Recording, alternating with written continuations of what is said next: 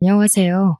저는 막 이혼 소송 승리를 마치고 이 승소의 기쁨을 공표하기 위해 글을 쓰게 된 이혼녀입니다. 앞으로 제 앞에 서류를 뗄 때면 이혼이라는 오점이 찍히겠지만 저는 그게 그렇게 행복할 수가 없어요. 남들이 제 인생의 혀를 끌끌 찰지도 모르겠죠. 하지만 제게 이혼줄은 단연 승리의 표식이기도 합니다. 저는 이혼녀라고 해서 그게 손가락질 받아 마땅하다는 생각해 본 적 없습니다. 제가 그런 부분에서 많이 접할 수밖에 없는 직업을 갖고 있어서 그럴지도 몰라요. 사정이 어떻든 간에 저는 상처를 딛고 새 삶의 기회를 얻은 이혼녀들의 사정을 모두 응원합니다. 제 스스로 가정하고 있는 제 가게의 단골 손님들이 축복해주고 있는 성공 스토리를 들려드리도록 하겠습니다. 저는 키즈 카페를 운영하고 있는 사장입니다. 제 매장은 기업이 아닌 개인 사업이라서 다른 키즈 카페 치고는 작은 규모예요. 그래도 다른 키즈 카페와 다른 점이 있다면 우리 카페에는 토끼 공원이 있다는 겁니다. 키즈 카페가 단층 건물로 있는데 거기 옥상에 제가 토끼 공원을 만들어 놨어요. 다른 매장과 차별을 두기 위한 저만의 고유 개성이었죠.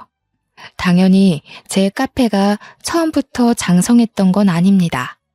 몇몇 손님들의 후기로 SNS로 오르더니 어느 순간 확산돼서 예약으로 받아야 할 정도로 쭉쭉 성장해온 거예요. 첫 사업치고 성공적인 결과였어요. 규모가 더 컸다면 훨씬 많은 수익으로 돌아왔겠지만 제가 원하는 건 돈보다는 저의 만족이었기 때문에 여윳돈이 충분했음에도 굳이 규모를 확장하진 않았습니다. 그렇다고 연봉이 정착해 있던 편도 아니었습니다. 당시 연봉은 대기업 연봉의 2배라고 얘기하면 이해가 쉽겠네요. 저의 카페는 서울 외곽에 있었고 도심의 화려한 카페들과 달리 폐가를 개조해서 만든 카페라서 전문가의 손길로 이루어진 곳보다는 허름한 형태입니다. 그래도 제가 1년 고생하여 직접 손봐서 만든 카페이기에 제게만큼은 무척 소중한 자산이에요. 저희 카페는 오는 사람마다 예약을 받아야 할 만큼 인기가 있었지만 인적이 드문드문한 위치에 있어서 종종 단골 손님들이 제 주머니 사정을 걱정할 때가 있어요. 내부 사정 모르고 겉만 보기엔 좀 형편에 부치는 처지처럼 보이긴 했습니다. 키즈 카페를 하는 거라 아이들을 데리고 오는 손님들 뿐이었는데 그렇다는 건 어른들은 전부 부모라는 거잖아요. 그래서 미혼인 제게 더 잔소리 같은 조언을 많이 해주셨던 것 같아요. 제 당시 나이가 36살이지만 저는 결혼보단 뒤늦게 정착한 이 생활이 너무 만족스러웠어요. 해서 손님들 그렇게 물을 때마다 형편에 부치지 않을 만큼만 잘 먹고 살고 있다고 말하기 일쑤였죠. 저는 손님들과 친하게 지내지만 굳이 손님들에게 제 여건을 알리지 않는 편이었습니다. 아이들은 너무 귀엽고 토끼처럼 예뻐도 그 부모들은 이미 사회에 찌들 만큼 찌들어서 바라보는 시선들이 부정적인 경우가 태반이었거든요. 또 남의 인생에 간섭하면서 결혼 생활 스트레스를 풀기 때문에 굳이 뭐든 알리고 싶지 않았습니다. 이건 친정 엄마의 조건이기도 했어요. 어줍잖은 집안의 아빠와 결혼해서 갑갑한 시댁살이를 하다가 이혼을 한 엄마는 늘 외동딸인 저에게 대학을 졸업하자마자 결혼에 대한 조심성을 가르쳤습니다. 처음에는 그게 마냥 엄마의 속풀이인 줄 알았어요. 그런데 31살에 준비해서 차린 키즈 카페를 운영하면서부터 애기 엄마들의 조언이 엄마가 해주는 인생 조언과 같은 레파토리라는 걸 깨달았는데요. 특히 돈 조심해요. 이혼한 게 자랑은 아니지만 부부든 가족이든 돈이랑 바람이 항상 문제야. 성격 차이? 그것도 돈이랑 바람에 비하면 세 발의 피지. 그때부터 저는 더더욱 결혼할 생각과는 멀어졌습니다. 엄마랑 손님들의 조언은 저더러 결혼하지 말라는 소리와 같게 들렸거든요. 만약 제가 결혼에 꿈이 있는 사람이었다면 그 말들이 유용한 정보이긴 했어요. 문제는 제가 결혼 생각이 없다 보니 전부 잔소리로 들렸지만요. 키즈 카페다 보니까 주로 시간적으로 여유 있는 엄마들이 아이들을 데리고 토끼 구경을 하다 갔는데요.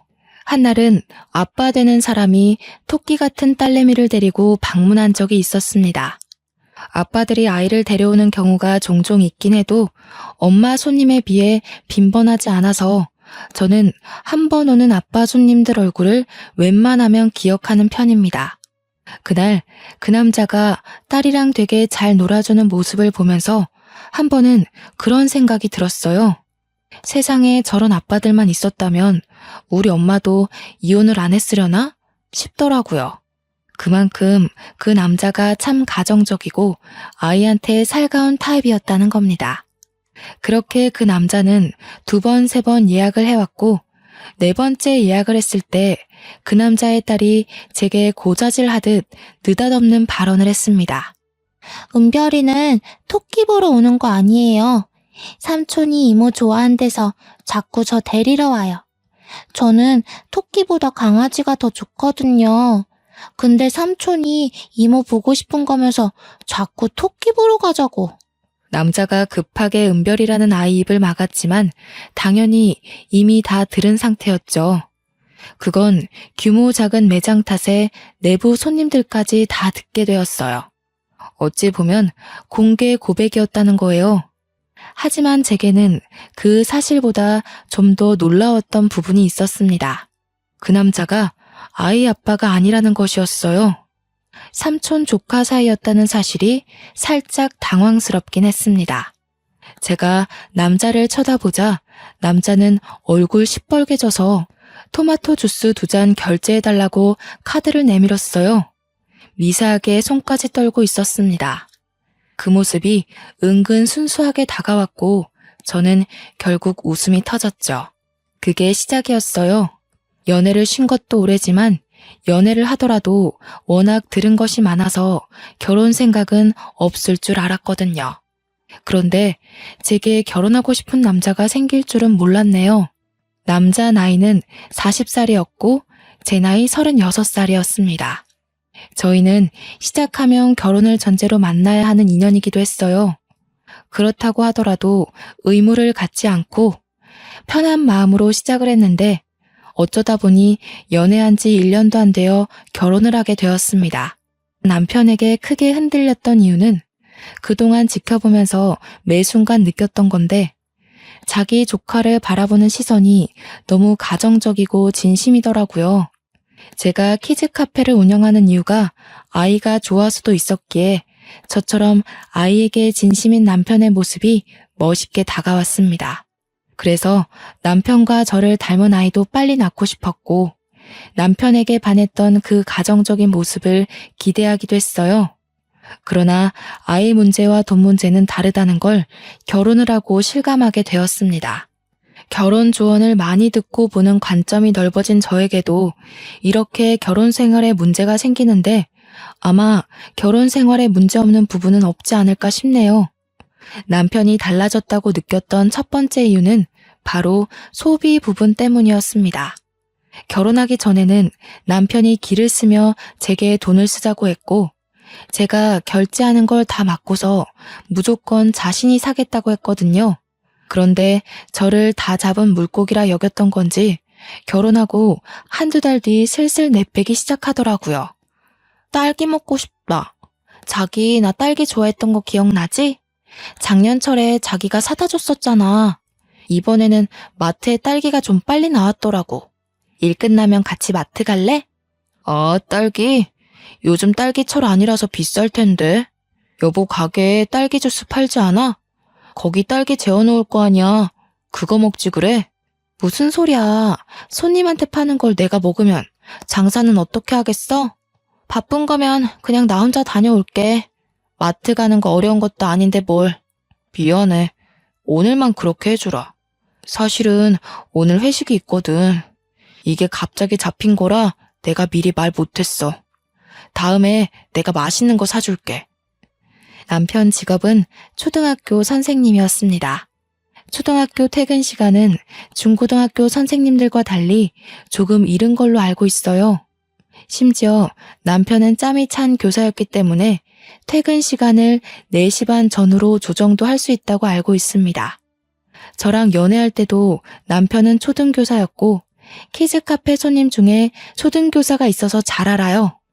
회식을 하더라도 4시에 저녁 식사를 시작하진 않을 것 같은데 중간에 시간이 비지 않나 싶지만 제가 남편 직장에 대해 자세히 아는 입장이 아니라서 별 말을 할 수는 없었어요. 괜히 긁어부스럼 만들고 싶지 않았기에 처음에는 그러려니 하며 몇 번 넘어가 줬습니다. 이제 저희는 부부니까 남편이 연애 때처럼 제게 펑펑 쓰길 바랐던 것도 아니라서 미래를 위해 아끼자고 좋게 생각했죠. 남편이 한 번씩 서프라이즈로 이벤트를 해줬기 때문에 저한테 사랑이 식어서 돈을 안 쓰는 거라고는 생각도 못했습니다. 그런데 제가 임신을 하고 가게를 쉬면서부터 남편의 숨겨진 이기적인 모습이 드러나기 시작한 거죠. 아이를 준비하려고 했던 게 아니라서 갑작스럽긴 했으나 저는 기뻤습니다. 당연히 아이를 좋아했던 남편도 우리에게 찾아온 축복을 기뻐할 거라고 생각했어요. 그러나 초음파 사진을 받은 남편의 반응이 시금털털한 거 아니겠습니까? 순간 그 얼굴에 서운한 걸로 모자라 실망스럽기까지 했습니다. 저기 여보, 아직 아이 지을 수 있는 단계지? 아니, 아무리 생각해도 벌써부터 나만 경제활동하면 우리 미래가 불안할 것 같아서 그래. 요즘 같은 시대에 맞벌이 부부 아닌 사람이 어딨어. 우리가 좀 더 형편이 나아지고 아기 가져도 늦지 않잖아. 뭐라고? 아무리 준비가 안 됐다고 하지만 어떻게 아이를 지으라는 말을 그렇게 쉽게 해? 생각할 시간을 갖자고 해도 서운할 판에 사진 보자마자 지우자고? 우리가 돈 때문에 허덕이면서 사는 편도 아닌데 왜 그렇게 해야 돼? 좀 서운하다. 지우는 게 정 그러면 당신은 회사 다니는 것도 아니니까 그냥 일 나가보는 게 어때? 임신했다고 눈치 주는 직원들도 없잖아. 가게 청소 같은 경우는 너무 더러울 때 내가 한 번씩 가서 싹 할게. 계산하고 조리하는 건 운동 삼아 하는 것도 나쁘지 않을 것 같은데? 개인 사업이기 때문에 이럴 때 마음 놓고 쉴 수 있는 거야. 이 기회에 쉬면서 몸 생각, 아이 생각만 할 수 있으니까 오히려 좋은 거지. 알아, 알지. 근데 내가 혼자서 생활비 대줄 만한 형편은 아니라서 그래. 내 사정 알잖아. 신혼집 때문에 빈털털이 된 거. 남편이 초등교사라 벌이가 좀 되지만 그간 모아둔 돈을 저와 같이 신혼집 사는데 써버리는 바람에 당장 돈이 없다고 했습니다. 그건 저도 알고 있는 사실이에요. 그렇다고 임신을 한 저더러 카페는 일하는 것 없지 않냐 묻는데 무슨 말을 하고 싶은지 알겠지만 좀 기분이 이상하더라고요. 아무리 돈 걱정을 한다고 해도 조금은 자신의 아이의 기뻐하는 내색을 보일 줄 알았습니다. 이렇게 김칫국을 마시게 될 줄은 몰랐네요. 남편에게 아쉬운 점이 생기자마자 저는 미혼일 때 들었던 수많은 경고들이 떠올랐습니다. 돈 문제, 바람 문제로 부부가 틀어질 수 있다는 손님들의 말이 생각났죠. 그것도 신혼 8개월 차의 말입니다. 남편 생각은 알겠지만 제게 아이를 지우는 건 말도 안 되는 일이었어요. 남의 뱃속 아이까지 소중히 바라보는 제가 제 안에 생긴 작은 생명을 어떻게 꺼버리겠습니까? 제가 돈이 없는 사람이 아니었기에 저는 남편의 의사를 다 거절할 수밖에 없었습니다. 그래서 남편한테 내가 모아둔 돈 있으니 일 안 하는 동안 생활비 안 줘도 된다고 했어요. 그래? 당신 신혼집 돈 보태는 것도 대출하지 않았어? 모아둔 돈 얼마나 있길래? 임신 기간 한 90개월은 되는 걸로 알고 있는데 그 정도 쓸 돈 있다는 거야? 그냥 쓸 만큼은 있어. 생활비로 당신 신경 쓰이게 하는 일은 없을 테니까 애 지우자고 하지 마. 부부끼리도 빚지고 살면은 안 된다고 하더라. 나한테 들어가는 돈은 내가 알아서 할게. 대신 산부인과 검사는 같이 가줘야 돼. 이건 제가 남편한테 말 못한 사실이지만 저는 남편에게 제 재산을 공개한 적이 없습니다. 제 외모가 자기 이상형이라며 대시를 했던 남편은 저를 외적으로 좋아한 것과 달리 제 형편은 그렇게 막 여의치 않은 걸로 봤어요. 친정엄마도 값비싼 호텔 같은 아파트보다 산세 지저귀는 시골이 좋다고 해서 밭일하면서 지내고 있으니 아마 남편이 인사 갔다가 그걸 보고 제게 더 재산을 묻지 않았던 것 같습니다. 그날 이후 남편은 더 이상 애 지우자는 소리는 하지 않았어요. 확실히 남편이 쪼들려 보이긴 해서 저도 굳이 남편한테 돈 달라고 할 생각은 없었습니다. 그리고 제가 예쁜 아들을 낳은 날 어처구니 없게도 제 곁에는 친정엄마뿐이었어요. 남편은 그날 학부모 참관 수업 때문에 오질 못했고 시댁에선 원래부터 저를 탐탁지 않아 했으니까요. 시댁은 저희 집안 형편 때문에 당시만 해도 계속 자기 아들이 가난한 집에 팔려간다고 생각했어요. 돈이 중요한 거 알겠는데 한편으론 참 각박한 현실이 씁쓸하더군요. 아이를 낳으면서 평소보다 돈이 더 많이 들어가는 건 당연한 거잖아요. 평소보다 돈이 더 많이 들어가는 건 당연하잖아요. 그래서 제가 이것저것 사다 놓은 물건도 집안에 차차 쌓여갔습니다. 그런 와중 남편 행동이 진짜 웃겼던 게 제가 혹시 생활비를 달라고 할까봐 그 비슷한 주제로 대화가 시작되려고 하면 자리를 슬쩍 일어나더라고요. 그래도 신혼 한두 달 차까지는 제게 관리비며 집에 들어가는 생활비며 먼저 챙겨주면서 가장으로서 역할을 톡톡히 보여줬거든요. 근데 시간 갈수록 티나게 내빼기 시작하는 거 있죠?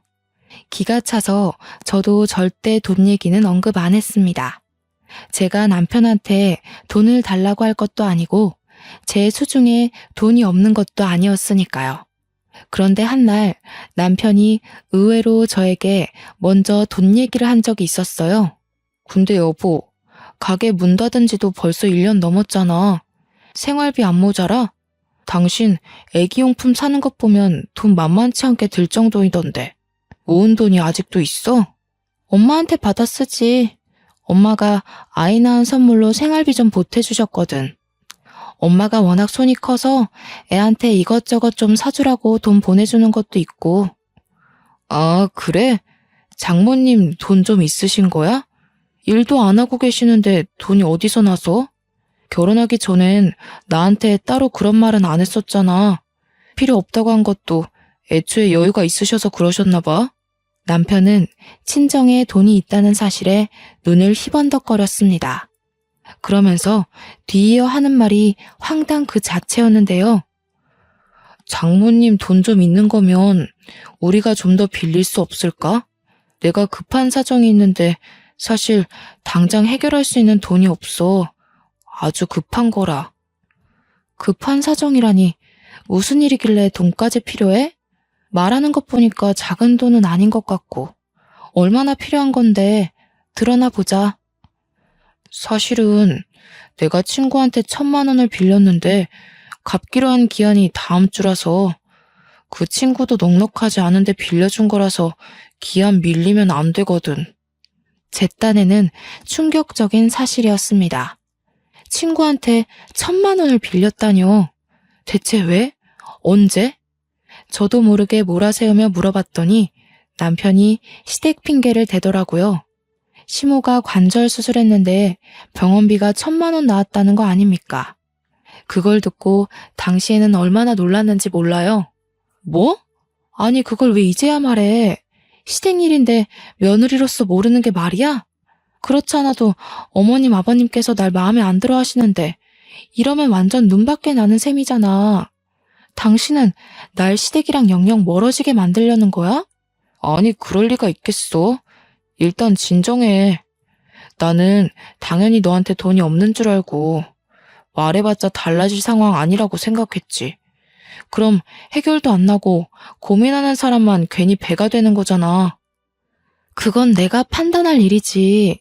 말만 해줬어도 내가 무신경한 며느리까진 안 됐을 거야. 어머님께서 날 어떻게 생각하시겠어. 안 되겠다. 전화라도 드려야겠어. 아니 괜찮아. 이미 2달 전 일이야. 지금은 멀쩡해. 한참 지난 일 꺼내지 마. 엄마 치료받으러 다닌다고 스트레스 많이 받았어. 괜히 꺼내면 또 스트레스 받을 거야. 시댁에 전화하려는 저를 남편이 굳고 말릴 때 수상함을 감지했어야 했는데 제가 한참 둔했습니다. 저는 의심할 생각도 않고 결국 친정에 말해서 돈 빌려주겠다고 했더니 남편이 금방 화색이 돌며 고맙다고 안아주더군요.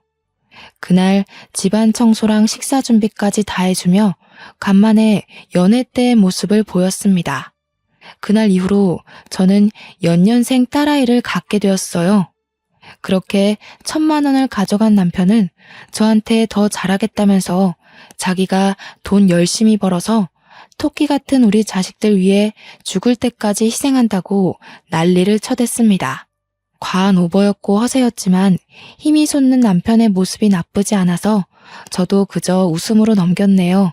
그러나 불행의 시작은 그때부터였고 우리 신혼집으로 찾아오면서 나름 평행했던 기류가 순식간에 꺾였습니다. 그래, 또 애가 생겼다는 말은 들었다. 아들 가졌다고 1년을 쉬었으니 이번엔 딸 걱정에 몸을 사려야 된다고 말해야겠구나. 정말로 일을 계속 쉴 생각이니? 아무래도 그래야 될 것 같아요. 원래 석현이 2살 정도 되면 다시 출근하려고 했는데 이렇게 돼버렸네요. 배부른 몸으로 석현이 보면서 일까진 어려울 것 같아서요. 내가 뭐 하나만 물어보자. 오해하지 말고 들으렴. 혹시 일부러 그런 건 아니지? 막상 일 안 하고 남이 벌어주는 돈으로 쉬다 보니까 편해서 그러는 건지 묻는 거다. 시모는 제가 제 돈으로 생활비를 쓰고 있다는 걸 모르는 듯 했습니다. 역시나 듣자 하니 시모는 남편이 제게 생활비를 주고 있다고 생각하더군요. 심지어 남편이 시모한테 자기가 생활비 준다고 말을 했다고도 합니다. 어머님, 저 남편한테 생활비 받아본 적이 없어요. 그건 제가 임신하기 전도 마찬가지고요. 저희 맞벌이라서 생활비 딱 절반 내서 해결했어요. 최근에는 어머님 병원비 때문에 저한테서 돈 1,000만 원까지 빌려갔는데요. 뭐라고 하는 거니? 내 아들이 혼자 돈 벌어서 등골 빠진다고 나한테 돈 빌려달란 소리를 몇 번이나 했는데 1,000만 원은 뭐고 병원비는 또 뭐니? 내가 멀쩡하게 돈은 뜨고 있는데 너는 나를 갖고 그런 거짓말을 해? 저야말로 당황스럽네요. 거짓말이라뇨? 어머님 2달 전에 관절 수술하셔서 병원비 1,000만 원 들었다고 애아빠가 그랬는걸요. 그것 때문에 다른 친구한테 돈 빌렸다가 갚을 돈이 없어서 저한테 빌린 거라고요. 참나, 너 이런 식으로 우리 아들 매도하며 지내고 있었어? 아주 소설을 써라, 소설을. 전화해서 확인해보고 아니면 너 무릎 꿇을 준비해.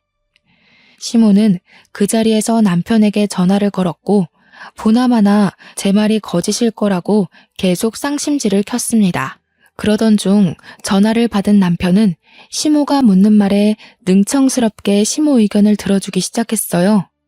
정말 시모가 말했던 대로 남편이 시모한테 등골 빠진다는 소리를 했더라고요. 제가 자리에 없다고 생각해서 제 흉을 살짝 보기도 하는 거 아니겠습니까? 돈 없어 보이는 건 또 싫었는지 은근 자존심을 부리더라고. 신경 쓰지 마, 엄마. 잠깐 받아주면 괜찮아져. 아무래도 산후우울증? 그런 건가 봐. 남편의 태도에 충격을 받은 저는 당장 시모의 전화를 뺏어서 남편에게 물었습니다. 내가 이건 어떻게 이해해야 되는 거지? 당신 허언증 있어?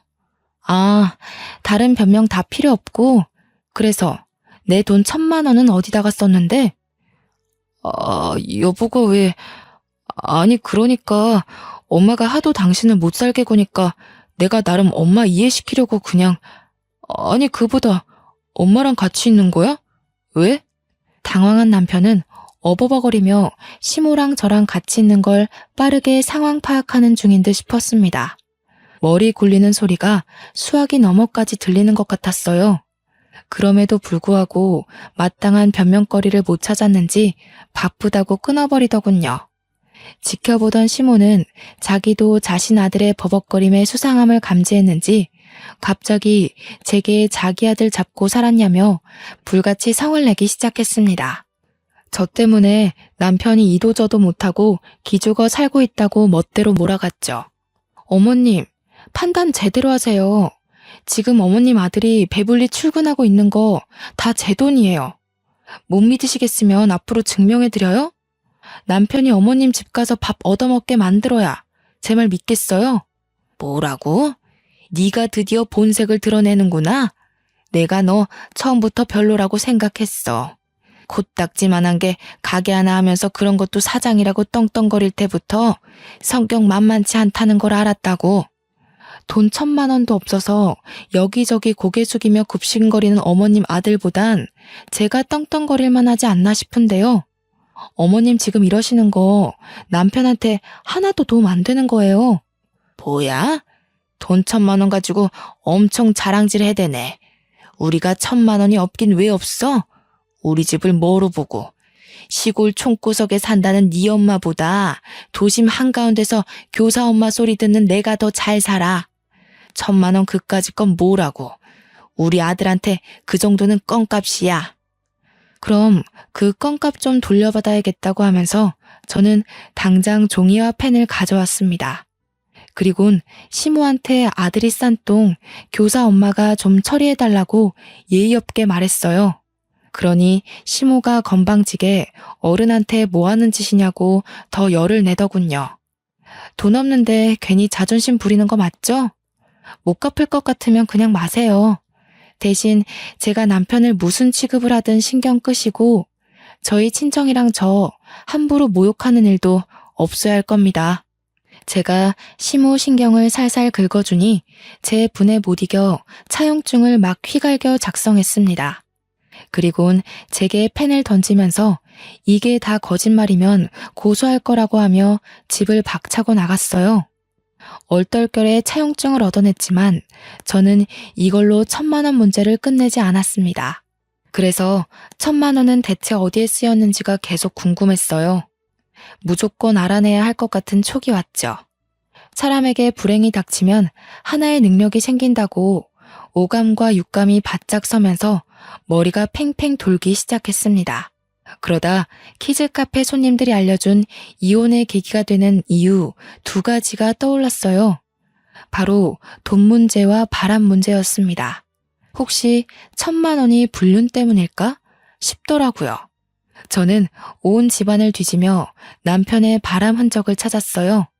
하지만 제가 잘못 짚은 건지 딱히 그럴 만한 증거는 없었습니다. 오히려 수상한 물증을 찾기도 전에 제가 시모한테 차용증 받았다는 걸로 이혼 위기가 찾아왔죠. 당신이 며느리로서 뭘 한 게 있다고 차용증까지 받아. 내가 갚겠다고 했잖아. 당신한테 돈 빌린 처지라고 해서 남편을 깔봐도 되는 거야? 그래서 당신은 끝까지 어머님한테 내가 산후우울증이라고 그랬니? 어머님이 또 전화 왔더라. 당신이 가서 또 거짓말 쳐놨으니까 날 고소하겠다고 연락한 거 아니겠어?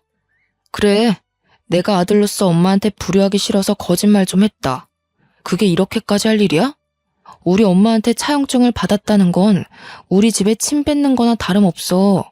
나도 당신이나 어머님이 1,000만 원으로 속 좁게 하지만 않았어도 이렇게는 안 했어. 그래서 그 1,000만 원 어디다가 썼냐고. 왜 자꾸 숨겨? 바람피니? 남편한테는 한 가지 특징이 있습니다.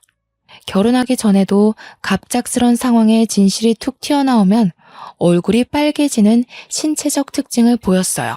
그래서 저한테 남편 조카가 대신 고백했을 때도 그렇게 얼굴이 빨개졌었죠. 역시나 당황했는지 남편은 얼굴이 벌개져서 분을 못 참더라고요. 그러면서 남편은 씩씩거리며 그대로 집을 나가버렸습니다. 한참 뒤에 시모한테 전화와서 남편이 시댁에 갔다는 걸 알았어요. 물론 제가 그 전화를 받은 것은 아닙니다.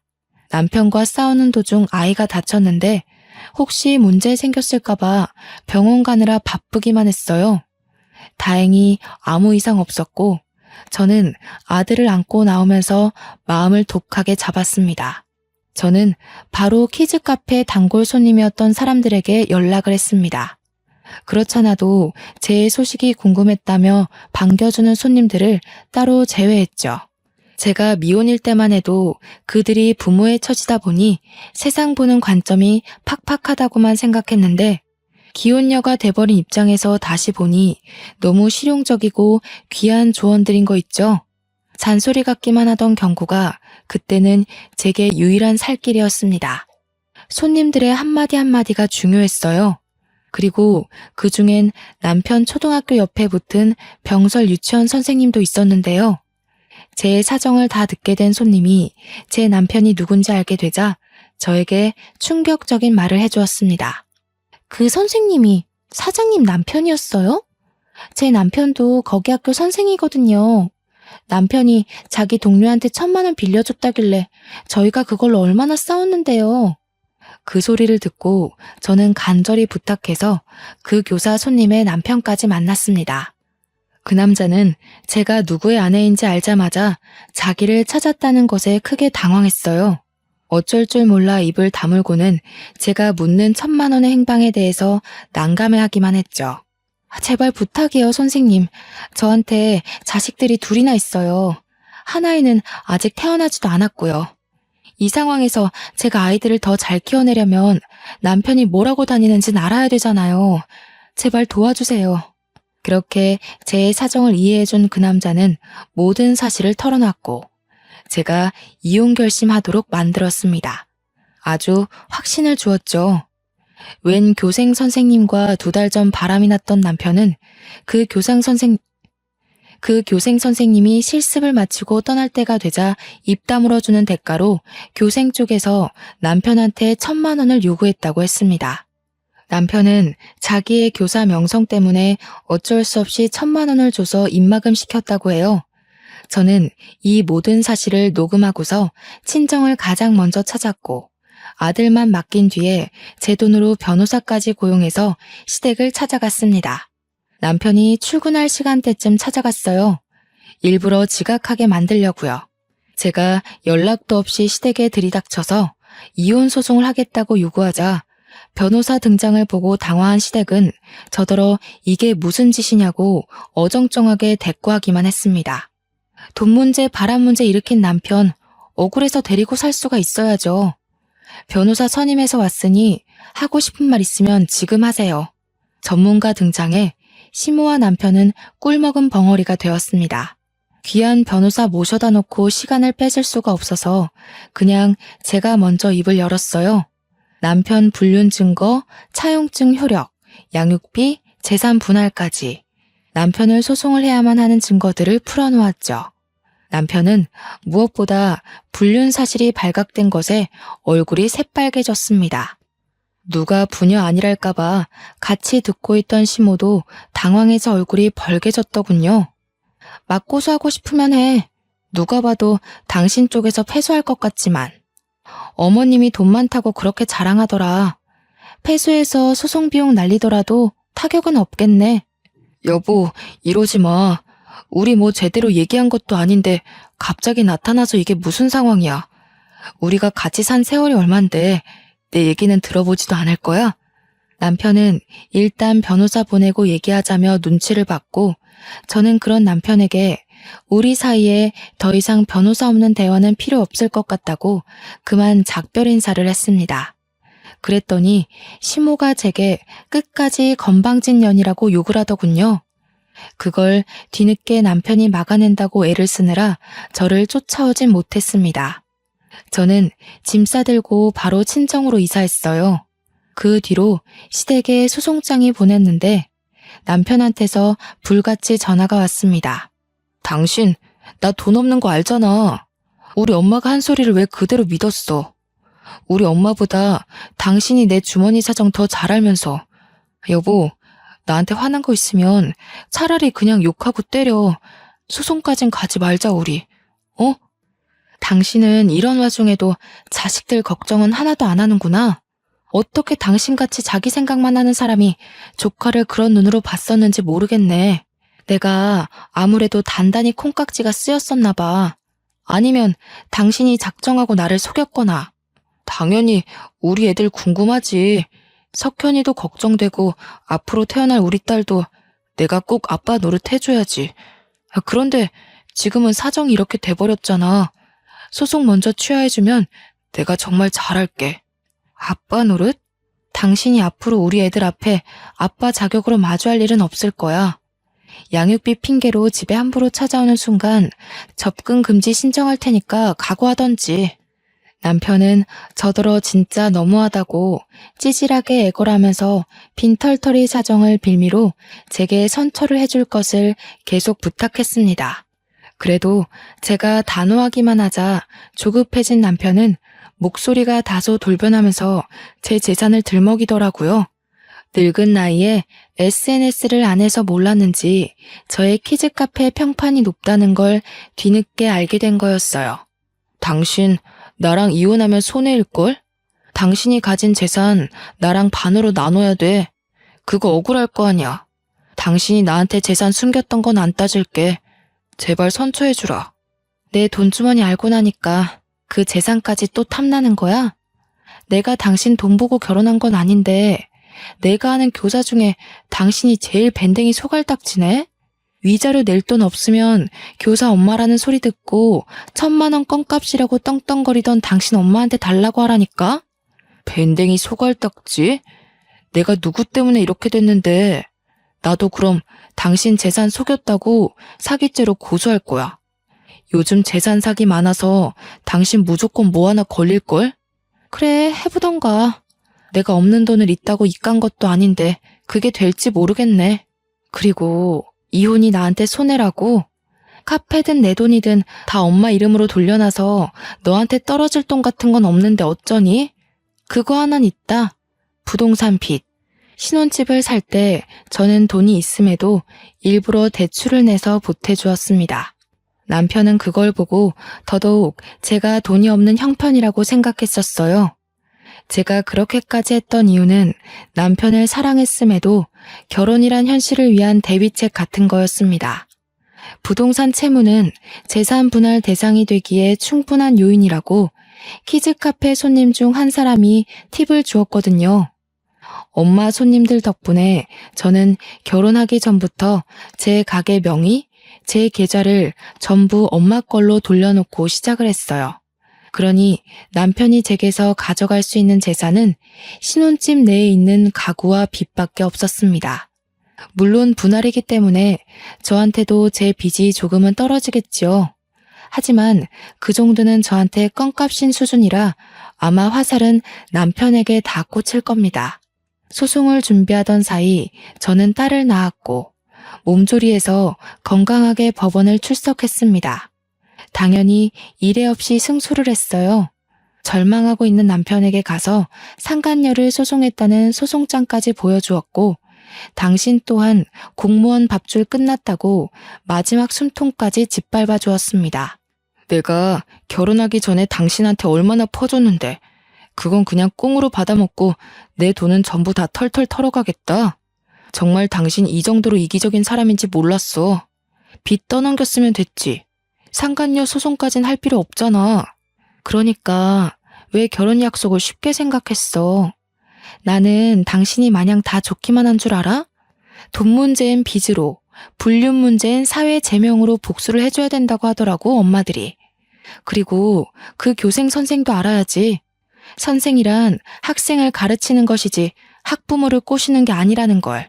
그렇게 남편에게 똥을 뿌린 저는 그 똥덩어리에게 손을 털고 돌아섰습니다. 아, 그리고 시모가 저를 죽일 듯이 째려보고 있었는데요. 거기다 대고 제가 엄마 이제 강남 아파트로 이사 간다고 실컷 자랑을 하고 나왔네요. 저는 상간녀 소송까지 마친 후에 교육청 홈페이지에다가 남편의 불륜과 교생 선생이던 상간녀의 불륜을 모두 올려 공론화했습니다. 그것 때문에 공무원 품위 질서 위반으로 남편은 교사직에서 박탈당했고 아직 대학생이던 상간녀도 얼굴이 다 팔려서 학교 어디에 재임하던 지옥 끝까지 불륜녀라는 타이틀을 달고 살게 되었어요. 그 뒤로는 안 봐도 뻔한 비디오지 않습니까? 교사 아들 뒀다고 동네방네 자랑해뒀던 시모는 아들 때문에 고개도 못 들고 다녔을 거예요.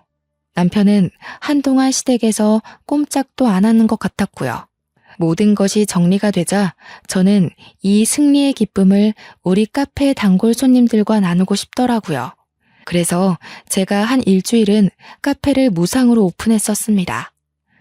손님들은 제 이혼 스토리를 듣고서 너무 용감하게 잘 해냈다고 칭찬해 주었어요.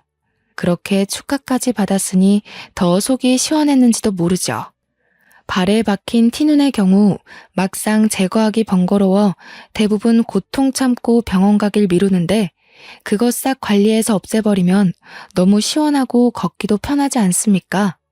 며느리에게 시댁은 발바닥에 티눈과 같은 존재라서 나를 찌르는 순간 바로 제거를 해줘야 살 수 있다고 하더라고요. 저도 1,000만 원 일이 아니었다면 아마 남편과 시댁이 주는 고증을 숨막힐 때까지 버티지 않았을까 싶어요. 손님들과 친정엄마가 칭찬해주는 것처럼 저도 제 자신이 너무 기특하답니다. 아직은 얼마 전까지만 해도 제가 기혼녀였다는 것이 믿기지 않아요. 제 감정을 색깔로 표현하자면 기혼이었을 땐 검정색, 이혼녀인 지금은 하늘색인 기분이네요. 제가 좀 감성적인 여자라 비유를 좀 특이하게 해봤습니다.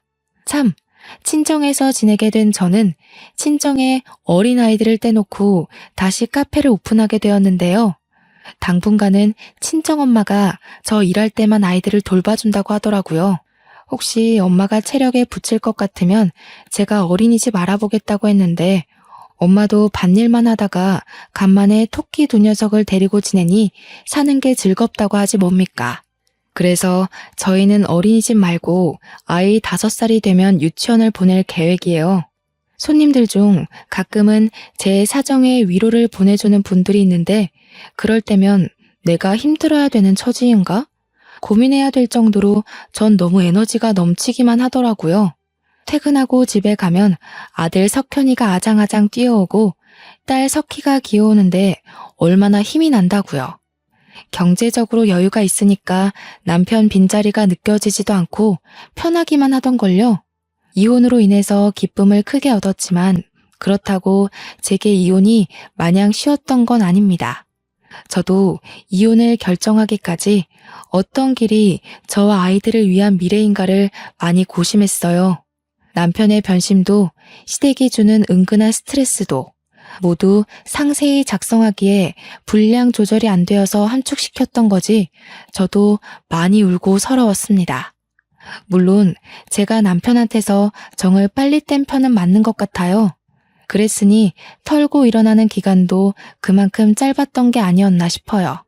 카페에 엄마 손님들을 통해서 결혼 스트레스, 이혼 스토리 등등 많이 들어서 결혼이 평생 꽃길이 될 수 없다는 걸 알고 시작했는데도 이렇게 제대로 쫑이 나버리니 웃음밖에 안 나옵니다.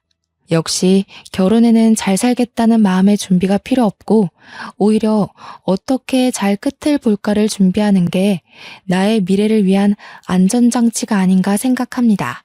이혼을 자랑처럼 썼다고 해서 이혼을 선동하는 것이 아니란 걸 꼭 이해해 주세요. 글을 쓰는 시간 동안 너무 즐겁고 두근거렸습니다. 들어주셔서 감사합니다.